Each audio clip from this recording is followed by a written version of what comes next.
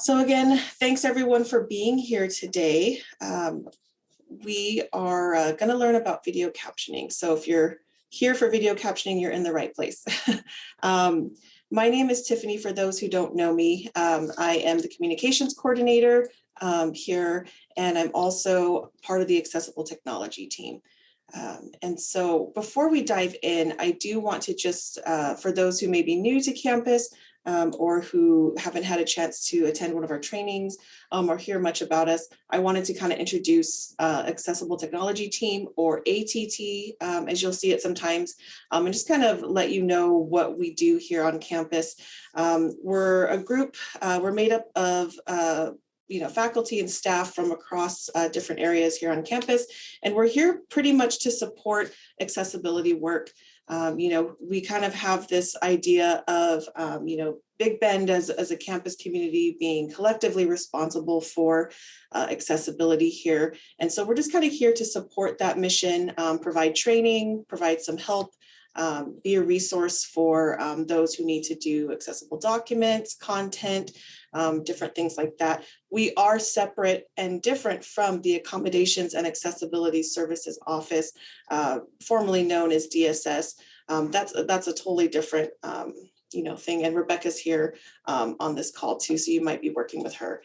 And so before I start the presentation, I did want to show where you can find us on our website, just because I do want to show you where you can find those resources. So if you go to our Big Bend website, you're going to want to scroll all the way down until you reach the footer. And there's a little link here that says accessibility. And once you get there, you'll kind of see all sorts of things. We've got some resources like cheat sheets for accessible content, like Word documents, PDFs. We've got some information on assistive technology, what's available in different campus labs, that sort of thing. Some information on training. There is a link I think that a lot of people will find interesting. It's on-demand videos about accessibility. And so that's a really great resource. You can also find out more about our policy, kind of the plan that we have here on campus. You can see who's on the team, that sort of thing. So definitely check this page out when you have time. It's a great resource for you as you're moving through accessibility work here on campus. All right. Go ahead and return back to our presentation. Okay, so let's go ahead and dig in. This training is really meant for, faculty mainly, but also staff and employees who deal with videos in any capacity, whether that's in your classes, on a website or program page, or even a program social media. We have a few people here who help run social media accounts like Trio, that sort of thing. So this is mainly intended for beginners. It's really an overview of the topic. So as we go along, if there's anything in particular that you need, more in-depth information, or you have questions, feel free to pop those questions in the chat. I'll get to them as they come in, or I'm going to leave some time at the end for Q&A. So you can save those for then too. And feel free to take notes as we go. Like I said, we're going to move through quite a few topics since this is such a broader view of video captioning. So what are captions? Captions are audio context, basically audio content on the screen as a video plays. I'm sure we're all familiar with closed captioning, things like that. It's pretty much there to make sure that whoever's viewing the video can understand what's going on. And that includes any actual talking or any audio cues as well.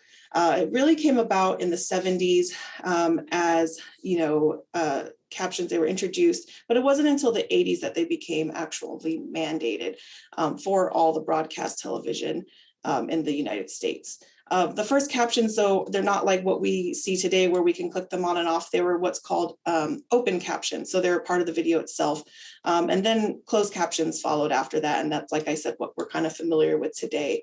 And they're widely available. Many, you'll notice them on movies, TV, YouTube, Vimeo, wherever you watch video content. I have a really short video here. It's less than 2 minutes. Just a note, there is no sound to this, so don't worry about if you can't hear anything at first, there's no sound. But I really like this video because it kind of shows a frustration that many experience while they're watching videos. So I'm just gonna go ahead and play that for you real quick.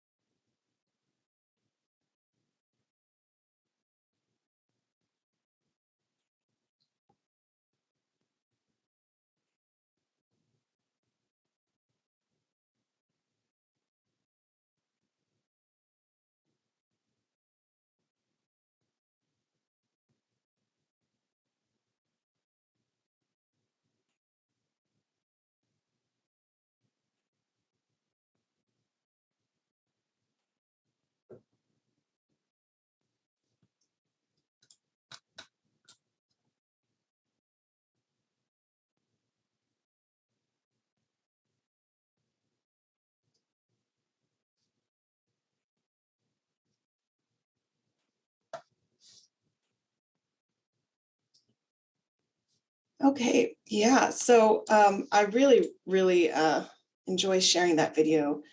Like I said, it kind of brings you into the reality that a lot of people have, and just shows the importance because, for me, when he didn't have, the captions over what he was saying, conveying, I was definitely lost, had no idea. And so I can kind of just put myself in the shoes of those who need those captions. All right.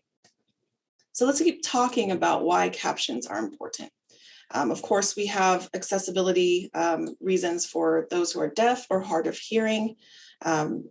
Legal compliance, we follow the WCAG guidelines, and WCAG is Web Content Accessibility Guidelines, and those outline a ton of accessibility standards that a lot of companies, businesses, institutions are required to follow. It includes captioning and audio description requirements.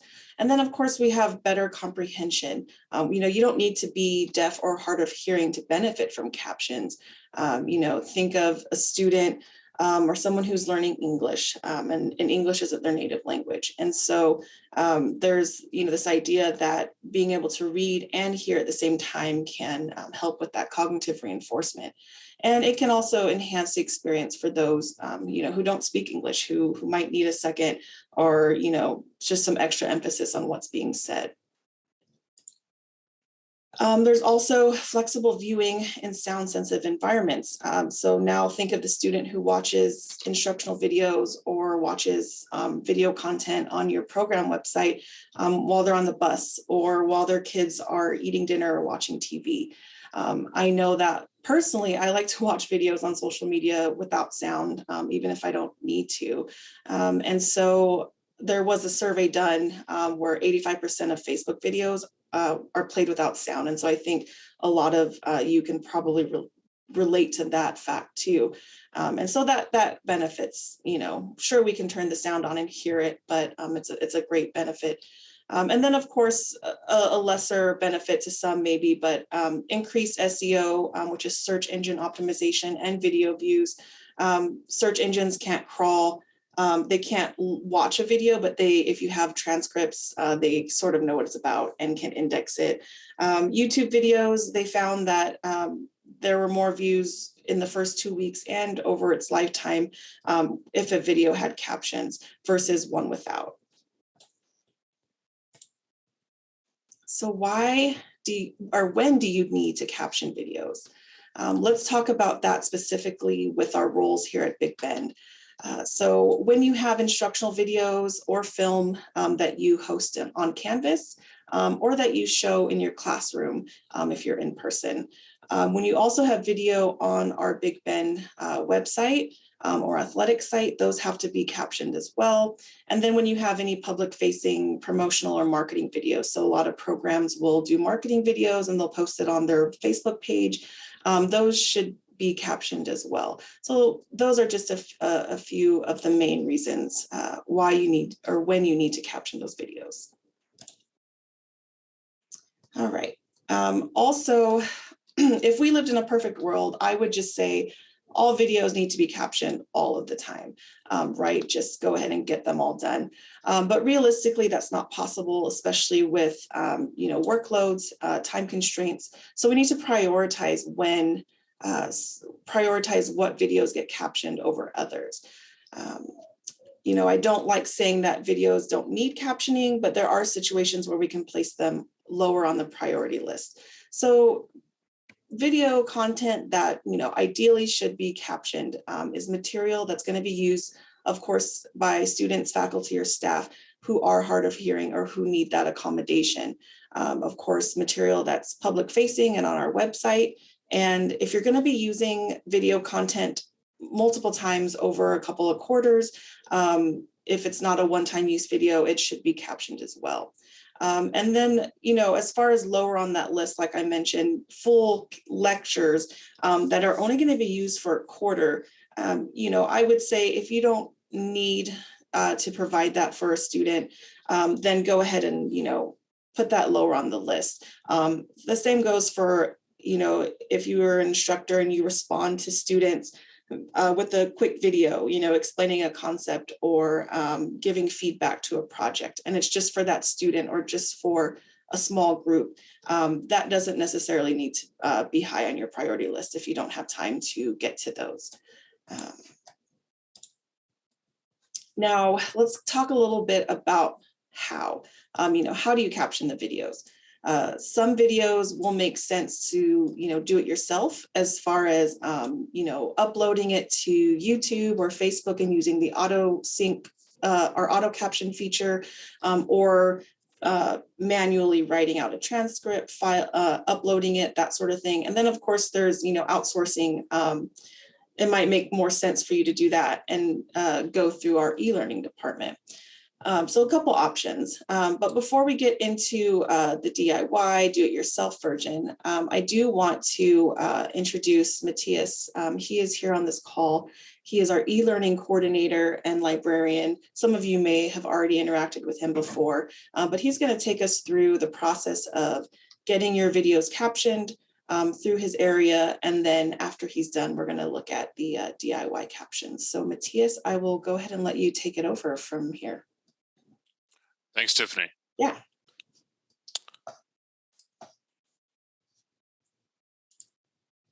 So I'm going to share our tool for captioning, which is called Caption Hub. Can everyone see my screen okay? Okay. So Caption Hub is a default course navigation column option. If you do not actually see it in your nav column, you will go to Settings and go to the Navigation tab.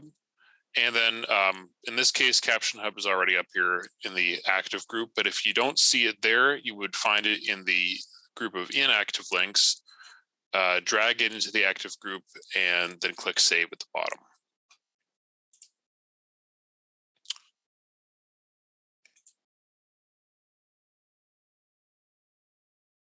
This is a service that was initially subsidized by SBCTC. They are not doing that anymore, so it is a little more expensive for us than it used to be. But if you are only submitting fairly short lecture videos, it shouldn't make that much of a difference. And since this is being very slow to load, okay, here it goes. My view will look a little bit different from yours because I'm the admin for this service, but you should see most of the same basic features. And what we want is the create new request button. Caption Hub is geared towards both YouTube and Panopto. I'm guessing that for most of you, if you're using this, you will want to be submitting a Panopto video for captioning. I'm going to go back to the course. I'm going to go to Panopto recordings. Now, if you're looking for a video that you want to caption that you've been using for multiple quarters, you will probably need to find it back in the original folder, the first term that you used it. So in this case, this is my Lib 101 research skills shell. I was going to teach it this quarter, but did not end up doing so.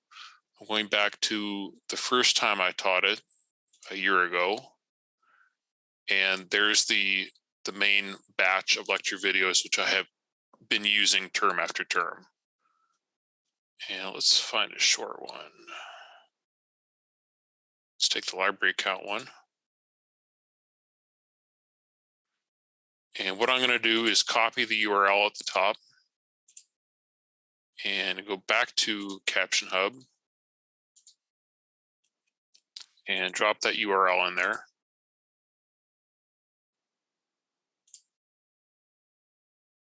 And it finds it pretty quickly.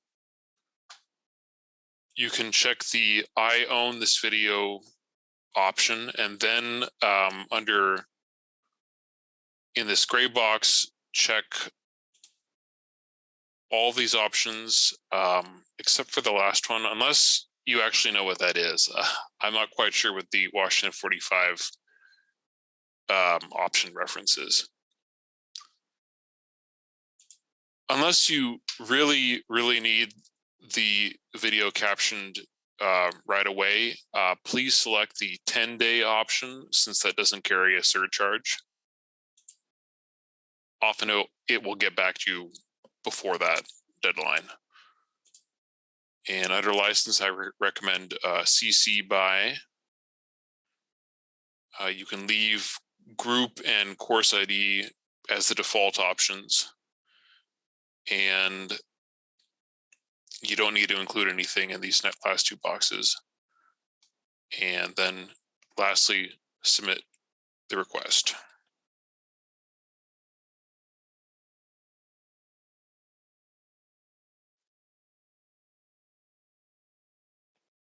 And hopefully this doesn't take forever.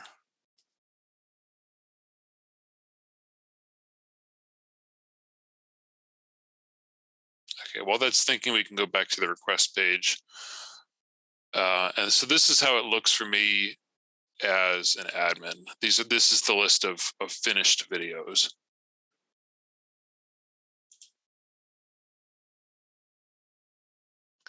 And I'll see the pending ones, which will include their unsubsidized cost.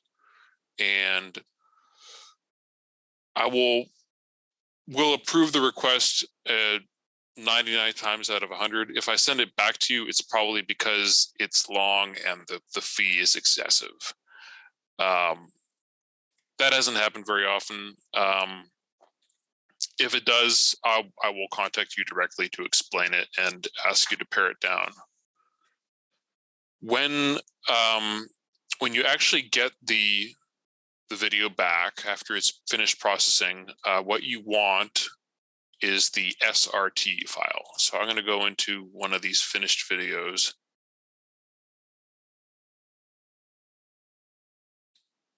And you go to the captions drop-down menu and download the SRT file. As you can see, there are other options there. If you wanted to produce a printable transcript, for example, you might want to choose the doc option. So I'm going to go back. This is, although what I just downloaded is a YouTube video, I'm going to pretend for a moment that it's a Panopto video that I want to caption. So I'm going to go back to this video.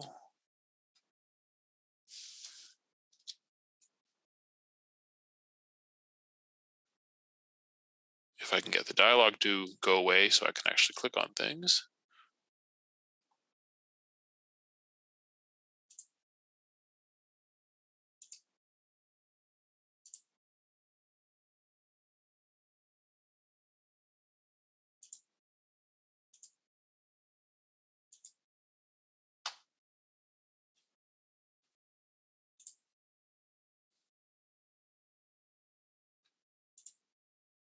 Sorry, I'm trying to select the tabs at the top, but the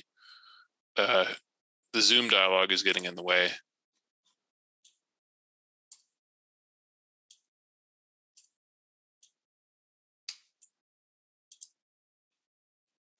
Okay, so say we wanted to caption this video.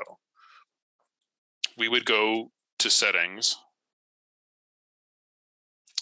We would go to the captions tab. Now that we have the SRT file, we would go to the choose file option, go to downloads to find that latest SRT file. And then lastly, we would do upload captions, which I'm not actually going to do. Doing this process for YouTube videos works pretty much the same. If you have trouble with that, you can always reach out to me and we can walk through the process together. But to do so, you would go into the subtitles menu of the YouTube video and upload the file in much the same fashion.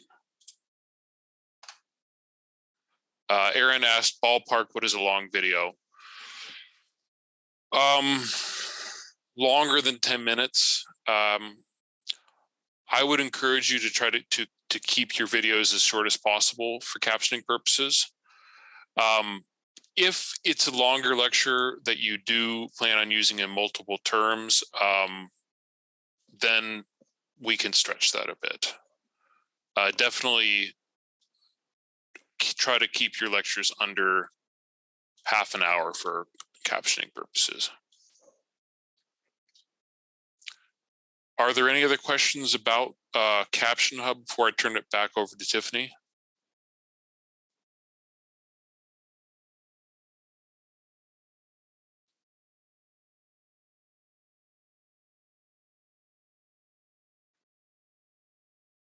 Okay. And if you ever need another walkthrough, you always know where to find me. Awesome. Thanks, Mattias.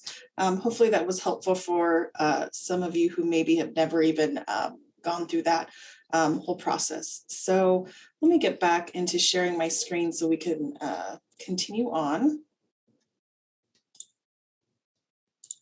We're going to talk about the DIY or do-it-yourself method. So this method would probably be great for some of you on here too, especially those that are managing Facebook pages who aren't really doing anything in depth as far as, lecture videos, things like that, where you're not also not maybe needing to meet an accommodation. Okay. So let me just make sure yep, okay, I'm on the right spot. Awesome. So just a couple quick guidelines for when you're doing captions yourself. Ideally, you want to keep, 1 to 3 lines of text, usually 1 to 2, 3 might stretch it a little bit. We just want a little bit of text to show up on the screen at a time, because it's going to go quickly, with whatever rhythm you've got, and then it's going to be replaced by another caption. And so we don't want to stack too many lines, and your viewer is not going to be able to read it all before the next one shows up. And you're going to want to time it, of course, to go with the audio. The idea here is, and this is kind of a great view to have for accessibility anyway, is, you really want to give the person who is viewing this video the same experience that a person with no hearing or hard of hearing needs or anything like that would have. And so you really want to time it as close as you can. Spelling and grammar should be accurate. You know, if you don't have, of course, if you're following along with someone actually talking, you don't want to, you know, stray too far, but for the most part, try to keep spelling and grammar accurate. And of course, if there's more than one speaker, you want to identify who's speaking, because as a person who can hear it, you know, we'll be able to tell when the dialogue switches between people. But if you're reading captions, you might not. And then don't put, you know, the ums, the likes, that sort of thing, unless it's important for some reason for your plot or for the overall understanding. It just takes up too much screen real estate when doesn't really need to be there. Of course, you don't want to cover up any graphics or other essential visual elements with your captions. Usually when we're doing it, you know, on Facebook, on YouTube, that sort of thing, it's going to be in the lower section anyway. And of course, like I was saying with the who was speaking, you also want to include other cues, music, clapping, that sort of thing, so that, like I said, the viewer has that same experience, that, you know, it isn't missing anything from the video. So one thing that I suggest, so nowadays, you know, if you're uploading a video to Facebook or YouTube, the auto caption feature is a really great starting point. You know, it's really become a lot more accurate than it has been in the last few years. And I always say, at the very least, you know, enable the auto caption and let that AI do the work, do most of the heavy lifting for you. You know, these days it's pretty spot on. But of course, once you start getting into video content that has a lot of, you know, tech talk or specific jargon or complicated names or geographic locations that aren't really known, it becomes muddy pretty quickly. So the auto caption, I say, is a starting point, not necessarily a one-click solution.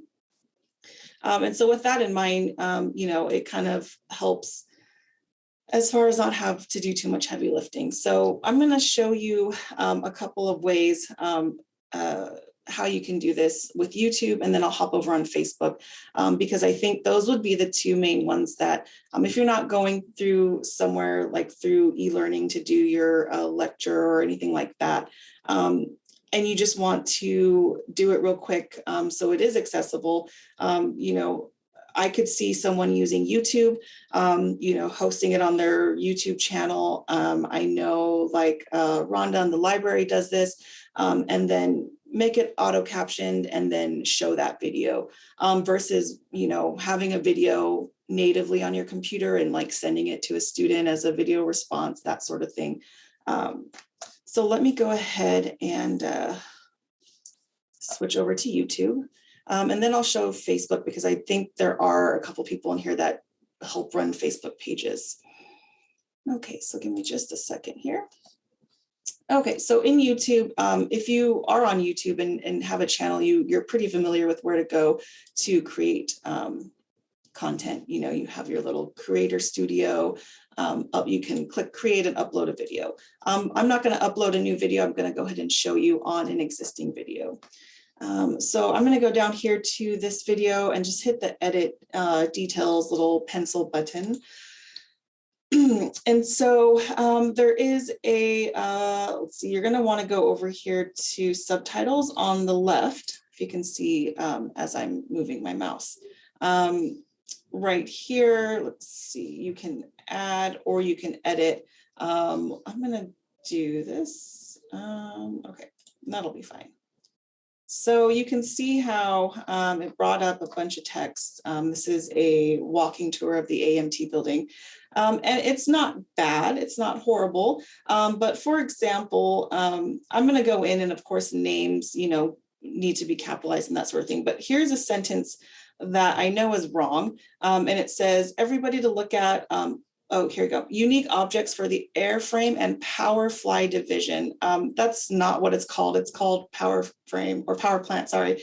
And so I'm gonna go in there and correct it because someone reading it is not going to know that, you know, and it doesn't seem like it's too bad, but I am going to go in and like chunk up with punctuation, that sort of thing, make it flow a little bit better. And as you can see, there's, once you start doing this, it'll start changing down here in the timeline.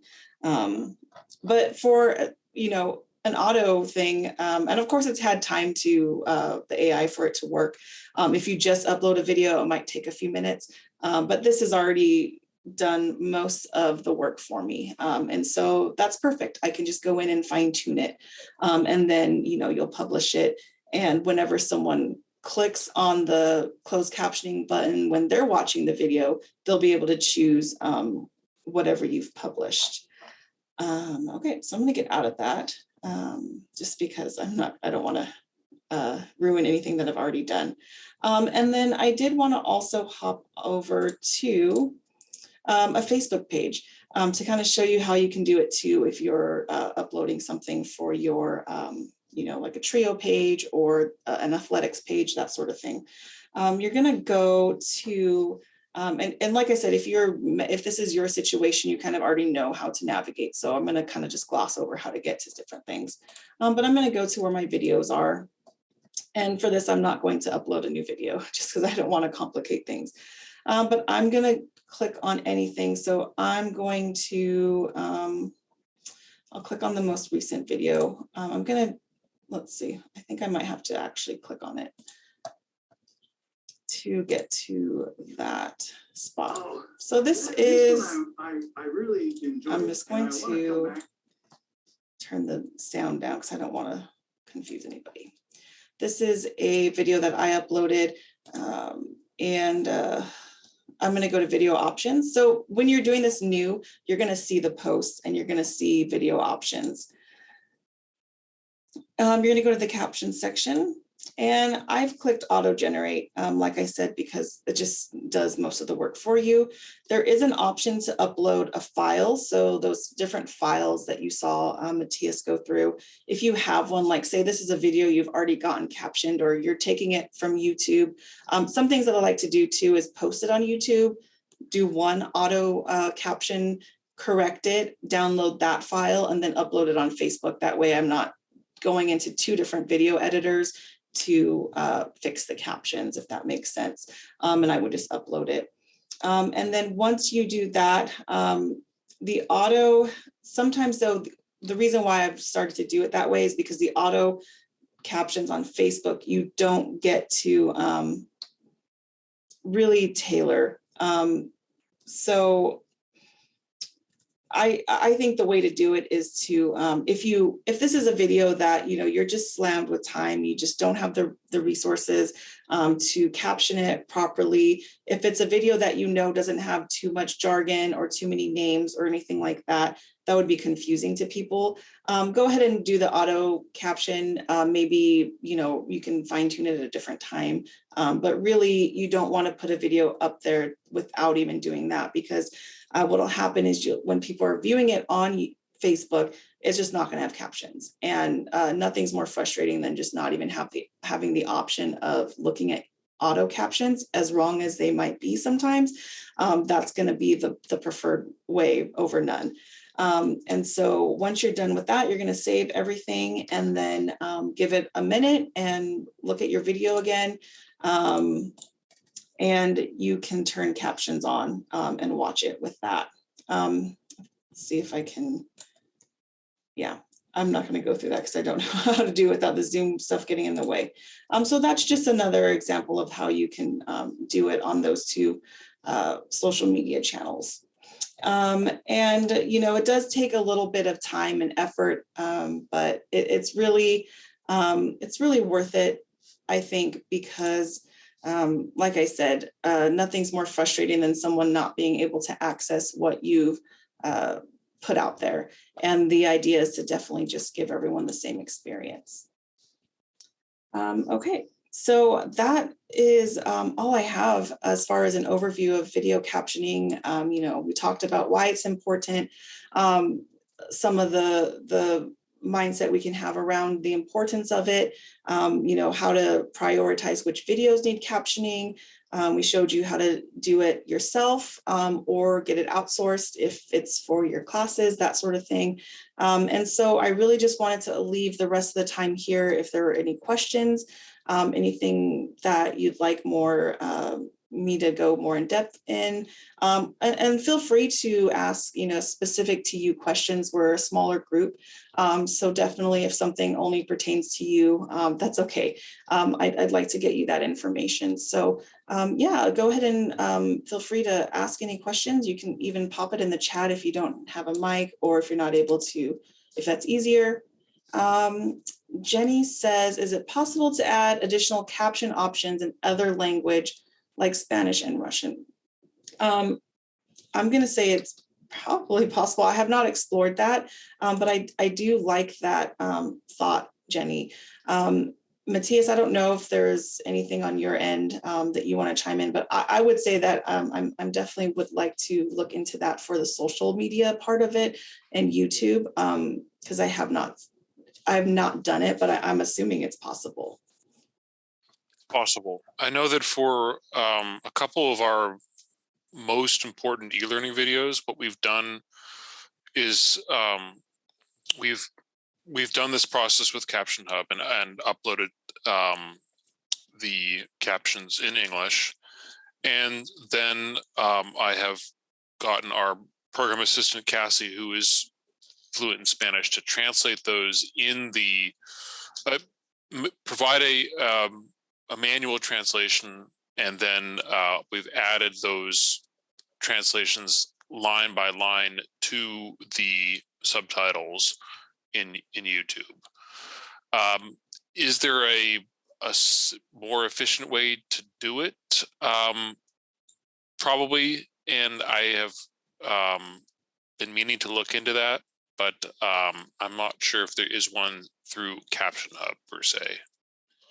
And I just had a thought, and I want to say that possibly, since it's available on YouTube, I want to say Facebook either offers this for different languages, or they're on their way to doing it. But if you're in your YouTube subtitle section again, if you add language, and this is something that I think would be worth it, and something that I might even start doing, let's add a language. You can do Spanish, for example, and at the very least do an auto caption, like have it automatically do what it thinks it needs to. You saw how, like, in some version, in English captioning, it's not perfect. And so it's not going to be perfect either. But for someone like me, who I don't have, I would have to get someone who maybe is native or who can speak that language to review it for accuracy. But at the very least, having a, Spanish or even Russian, those are two really common languages for our students.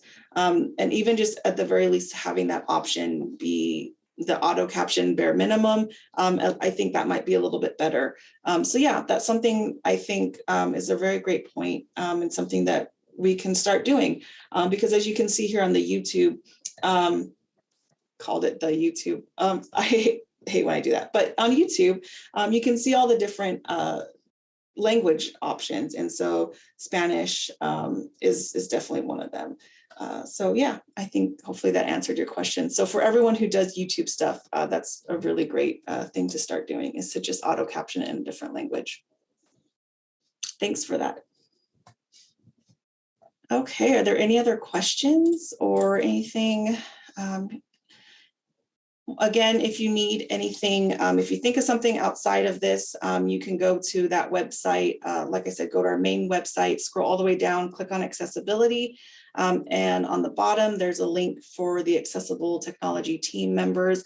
And you just click on one of our names. I'm on there, Mattias is on there, and just shoot us an email. You can also respond. We have a email address, accessibility@Big Bend, and that'll get to one of us as well. We can answer any questions that pop up. But again, thank you guys so much for being on and doing this training. I think video captioning is something that's really important, especially now with classes being remote or hybrid.